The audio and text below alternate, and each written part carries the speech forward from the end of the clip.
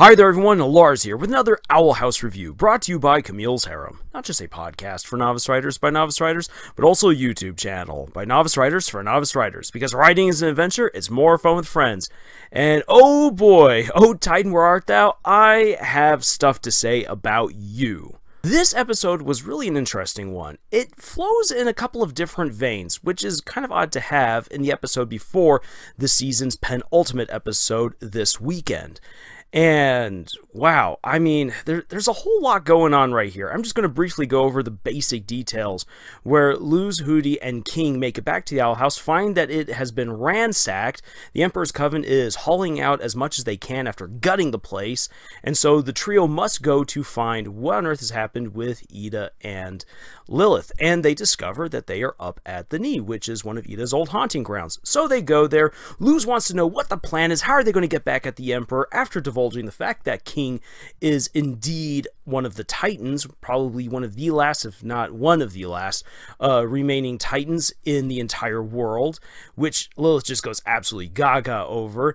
And then Luz and Ida decide that they're going to go break into the Emperor's Coven stronghold and rescue the stuff that has been stolen from the Owl House. And then shenanigans ensue. Meanwhile, King goes off on an adventure with Steve, with Lilith and Hooty chasing after them as he goes on a journey of self-discovery, which I think is honestly really apt to have. I said in my review for Edge of the World that King will have to make some sort of grand decision. He's going to have to confront something in order to overcome the amazing roadblock that is in his path. And he does it. He actually does it pretty soon. And I'm happy that we got it right here rather than the finale, because this means now that we can really have a whole lot of fun with King's character and his personal adventure at the end of the season.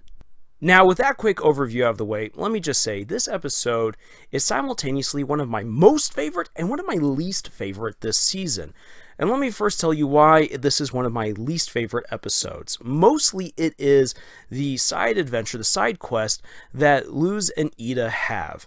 I think it makes absolute sense that Ida wants to get Luz to safety. Makes absolute sense. They are on the back foot. And even though by the end of the episode they do indeed join with the resistance, the fact of the matter is that this does not remove the fact that Belos is a few steps ahead of them, and that he is 100% prepared for whatever they try to pull. Ida has an understanding of this, what kind of dangers that all entails, and so she wants to get Luz to safety. Luz, on the other hand, Luz just kind of has a full-on breakdown, but not a breakdown like what we've seen before, like with Amity or previously with King, but in this case he just gets angry, like, you mean I'm not good enough? Do you think I'm weak? Which is a statement, a question coming from her that feels very much out of place this late in the season. Now then, if you've watched throughout the entire show so far, you'll realize that Luz is carrying a metric ton of emotional and personal baggage right now. So at some point she needs to crack. And this place to have her crack it felt off because it's such a deviation from all the other ways that we've seen Luz react until this moment. This is one of the biggest difficulties that people have when it comes to writing their protagonists. You see, in order to get your protagonist to the very end of your story, they have to go through a full, complete journey. They have to evolve from step to step to step, acquiring knowledge, skills, compassion, abilities, items, what have you. They have to acquire things that they did not have before in order to become a better person to face the end and overcome whatever the end of your story is. One of the most difficult things to do in this case with your protagonist is properly pacing out their evolution. And I can speak from experience right here, working with a very long series like The Legend of the Ten Lords, that when you have your protagonists who are supposed to eventually become these all-powerful beings in order to fight other all-powerful beings later on, that the journey to get there, well, it's fraught with a lot of problems. Problems that entail questions like, How fast do they power up? What kinds of relationships are they supposed to develop along the way? And how far should those relationships develop? What kinds of personal problems do they need to overcome? And when they overcome them is very important. Do they overcome them early, in the middle, towards the end? And if they overcome them earlier on, what are the other challenges that you now as the author are going to pose to them, or the consequences of overcoming those challenges that will continue to allow them to grow? If your protagonist at any moment ceases to grow as an individual, they become stale, they become stagnant, and then a lot of the investment within that character just leaves. It leaves your reader, it leaves the audience, and they then begin to just see the protagonist, your main character, as a vessel for carrying on the rest of the story, while side characters become more interesting. The episode "O Titan, Where Art Thou" revealed a very unpleasant fact to me, that Luz has devolved into kind of a vessel for the plot to go forward. In the most recent episodes of The Owl House, we have seen incredible growth for so many different characters, from Amity to Willow to Hunter to King. Heck, crying out loud, Steve just became absolute best boy in this episode. The side cast is becoming just brilliant, and it begins to reveal that there's so much potential for other things to explore within the Boiling Isles in terms of politics, careers, characters, the past. There's so much that we want to know. I want to know more about Ida's past. That just sounds really like a whole lot of fun. But instead, we are saddled with Luz. And now I like Luz as a character. I especially like who she was in Season 1. Season 2 has had her muddle through problem after problem after problem, making very little headway. She has gotten plenty of power-ups, but power-ups are not necessarily character progression. They are just things to acquire, and how those things are used by the protagonist are really what shows his or her growth. And the problem with Luz is that Luz has not fully addressed the many problems that she's carrying. She just continues to carry them, and now she's cracked. But she hasn't actually resolved anything, because Ida's confidence in her has always been there. That was never the problem. It's just that Ida cares about her and doesn't want her to get hurt. Well, now they're with the Resistance, so I guess there's no chance of Luz getting hurt. This is not character progression. This is plot progression. And what this goes to show is that Luz really, over time, has not been developing much as a character. And I'm just going to say, this is not me trying to rat on the Owl House at all. This is actually me seeing in their writing a very real problem that I had to confront with my earlier drafts for The Legend of the Ten Lords, where I was like, you know what? I want my characters to muddle through a whole lot of personal problems because they're teenagers, and teenagers have a lot of things to deal with. So I'm going to have them deal with this stuff for like the first 2-3 books as they slowly become more powerful, and then boom, they'll finally have this big battle, which will prove who they are. And that was all fine and dandy, and I've actually stuck kind of to that course, but I realized that by the end of book 2, I was just overburdened with a whole lot of mess that these kids had to muddle through. And the progression wasn't there. The plot was moving forward, but the characters were stuck in a quagmire that made them uninteresting, and then made all of the little side characters, by contrast, suddenly seem like the coolest thing ever. Which is great when you have cool side characters, but not to the detriment of your main cast. So I had to go back. I had to completely retool a lot of the problems. I had to kill some darlings, I had to take things out, I had to delete entire chapters, I had to add in new chapters, I had to explore different avenues in order to allow for my characters to progress while tackling all of these major problems. And that's the problem right here with Luz, is that Luz hasn't really been adequately progressing. Now then, how should she progress? I think that that's a topic for a lot of fans to discuss right here. But one of the things I would say is that this whole lack of confidence issue shouldn't even be there anymore, especially after the end of Season 1.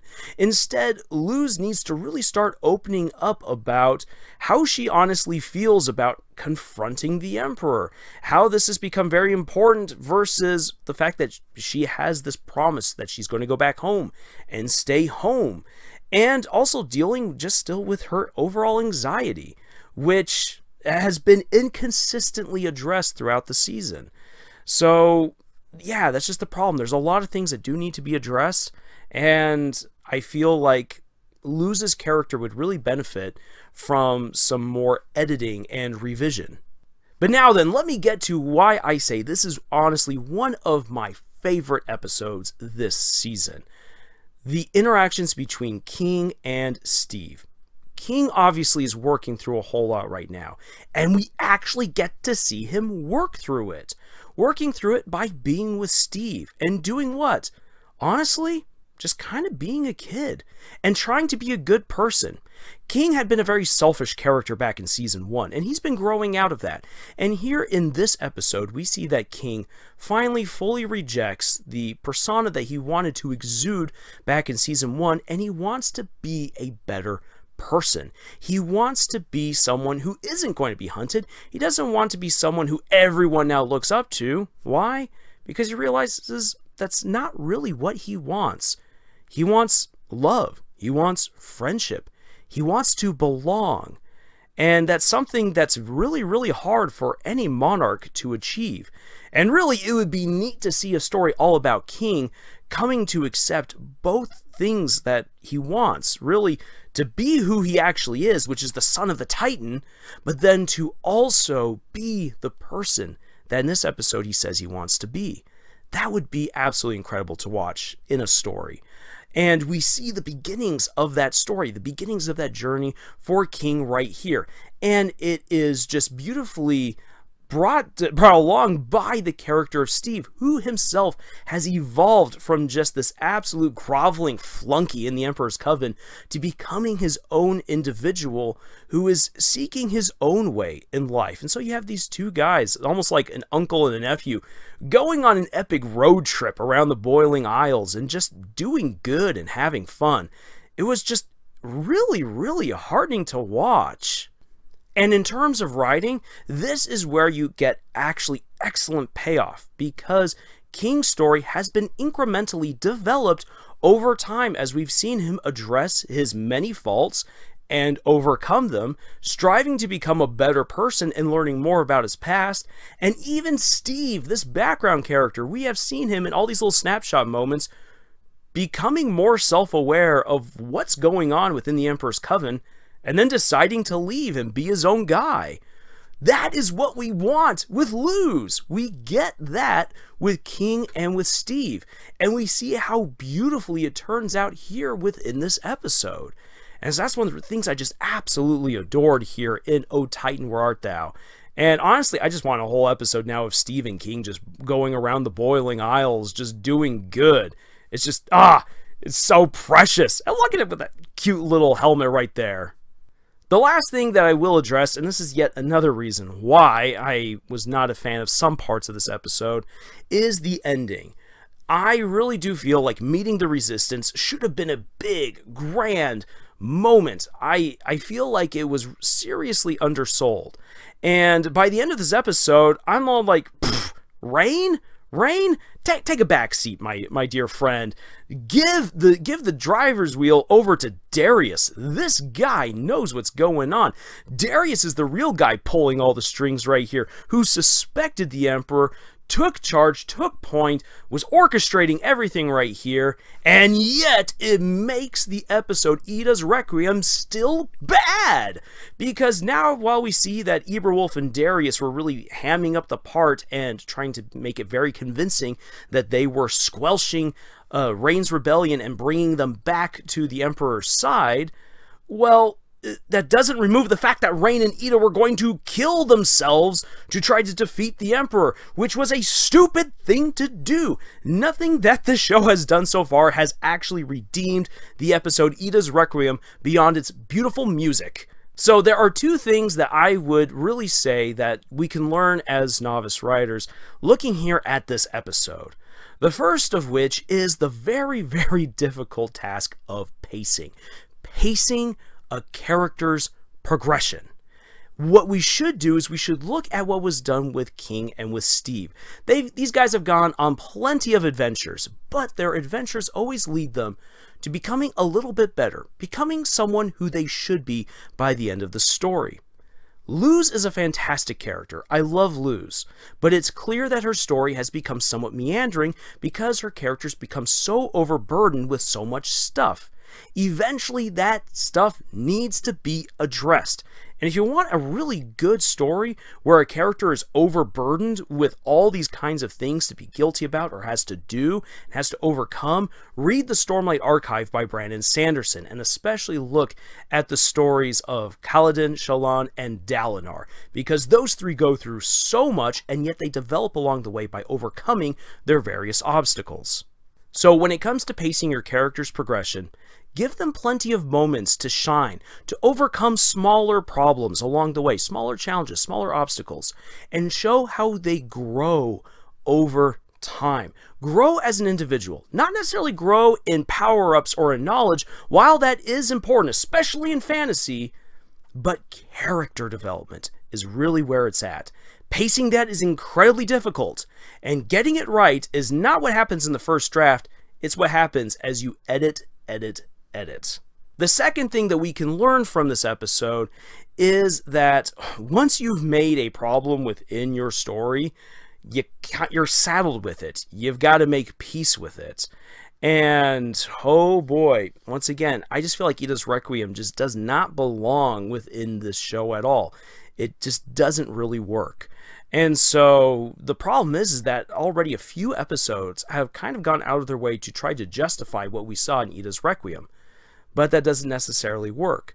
Justifying what you did later on down the line as an author does not make your story any better in retrospect. If anything, it feels kind of like you're overcompensating. Instead, this again comes down to editing, that you need to put in the time, put in the effort to identify problematic parts within your story, things that just aren't quite working out or just don't fit in as they should, and fix that. Now then, to be fair to the creators of the Owl House, we get a jab against Disney here in this episode where they're like, if we had 20 more adventures to go on, we could do all these things. And that's just them basically saying, yeah, we wanted to do more with this show, and if we were given the time, we could have made it even better, and I totally get that. Running a show versus writing a book are two very different things, because a show is absolutely on a production timeline, and a book not so much. So those are my thoughts and my insights here on this episode. Oh, Titan, where art thou? Tell me down in the comments what you thought about this episode, and if I am being fair or too harsh in my critique about what's been happening with Luz. Also, tell me what was your absolute favorite part of the adventure that King went on with Steve. I'd love to know. So, until the next video, if you're looking for more writing advice, please go check out our podcast, Camille's Harem, found on Podbean, iTunes, Google Play, Spotify, the works. We have writing exercises for all of you writers out there over at our Pinterest page, and we would love for you to join our growing community of authors. Links for all of that and more are down in the description. And until the day of unity, y'all, tschüss.